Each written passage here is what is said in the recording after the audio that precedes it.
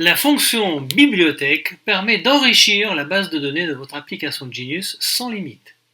Elle permet non seulement de créer vos propres bibliothèques de fréquences et de paramètres que vous pourrez alors utiliser dans vos analyses et dans vos thérapies correctives, mais également de partager les bibliothèques de fréquences avec d'autres utilisateurs Genius.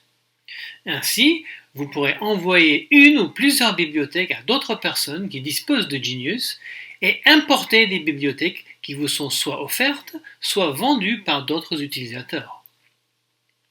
La fonction bibliothèque se trouve dans le menu Genius, accessible uniquement lorsque vous avez initié une session, c'est-à-dire passé l'étape de la fiche client.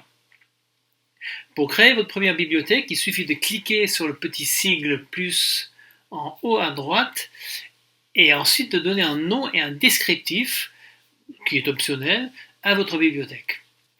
Sachez que sur Android, les noms de bibliothèques sont limités à environ 200 caractères. Cliquez sur Sauvegarder pour créer la bibliothèque. Maintenant, vous devez créer des items avec leur fréquence à l'intérieur de votre nouvelle bibliothèque. Cliquez sur Ajouter des items pour commencer.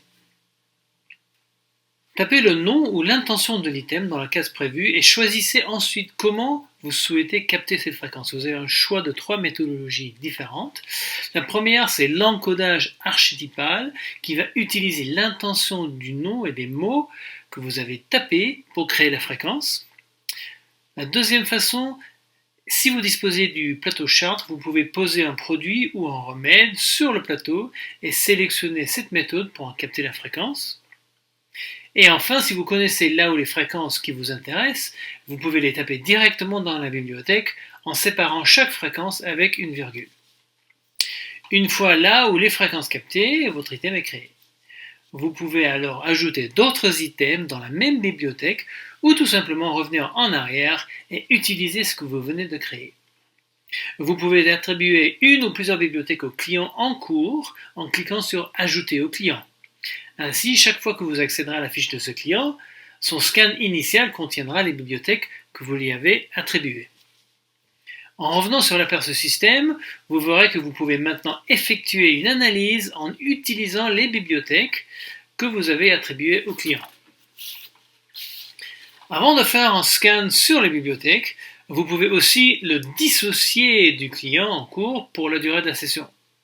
Cliquez sur l'icône du sigle moins en haut à droite pour sélectionner les bibliothèques que vous souhaitez dissocier pour la session. Si vous changez d'avis, évidemment, vous pouvez toujours revenir sur le menu Genius, choisir Bibliothèque et réattribuer une ou plusieurs bibliothèques au client en cours. Afin de vous faciliter le tri et la recherche des bibliothèques, il vous est aussi possible de créer des grandes catégories qui regroupent plusieurs bibliothèques et vous permettent ainsi d'accéder rapidement à plusieurs bibliothèques sous un même thème. Pour créer une grande catégorie, il suffit de cliquer sur Grande catégorie, ensuite Créer et sélectionner les bibliothèques que vous souhaitez y ajouter. En quelque sorte, c'est comme un grand dossier pour mettre des bibliothèques. Vous pouvez aussi importer et exporter des grandes catégories, tout comme les bibliothèques simples. Attention par contre, vous ne pouvez pas exporter les bibliothèques qui ont été partagées avec vous et que vous avez importées, puisque les bibliothèques restent toujours la propriété et sous le contrôle de la personne qui les ont créées. De même, vous ne pourrez pas exporter une grande catégorie si elle contient des bibliothèques importées. Si vous souhaitez partager une ou plusieurs bibliothèques avec un autre utilisateur de Genius, bien sûr des bibliothèques que vous avez créées vous-même, cliquez sur Exporter. Une boîte de dialogue vous permet de choisir les bibliothèques que vous souhaitez partager. Vous n'aurez plus qu'à spécifier l'adresse email de la personne à laquelle vous souhaitez envoyer les bibliothèques et cette personne recevra un mail avec un code pour importer ce que vous lui avez envoyé. Le processus inverse vous permet bien sûr d'importer une ou plusieurs bibliothèques qu'un autre utilisateur aurait partagées avec vous. Il suffit que cette personne fasse la même procédure, qu'elle tape votre adresse mail et vous recevrez un mail avec un code pour importer les bibliothèques. Vos bibliothèques sont sauvegardées sur le serveur Genius sous votre compte Genius. Comme pour toute session, nous vous recommandons de faire une sauvegarde manuelle dans le menu Réglages de Genius pour être sûr de sauvegarder tout ce que vous avez fait dans une journée. Mais normalement, les bibliothèques sont sauvegardées automatiquement dès que vous les créez sur votre compte Genius.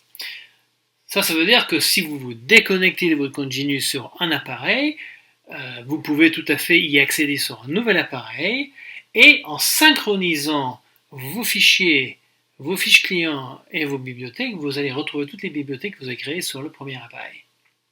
Bien sûr, il vous faut être connecté à Internet pour faire ça.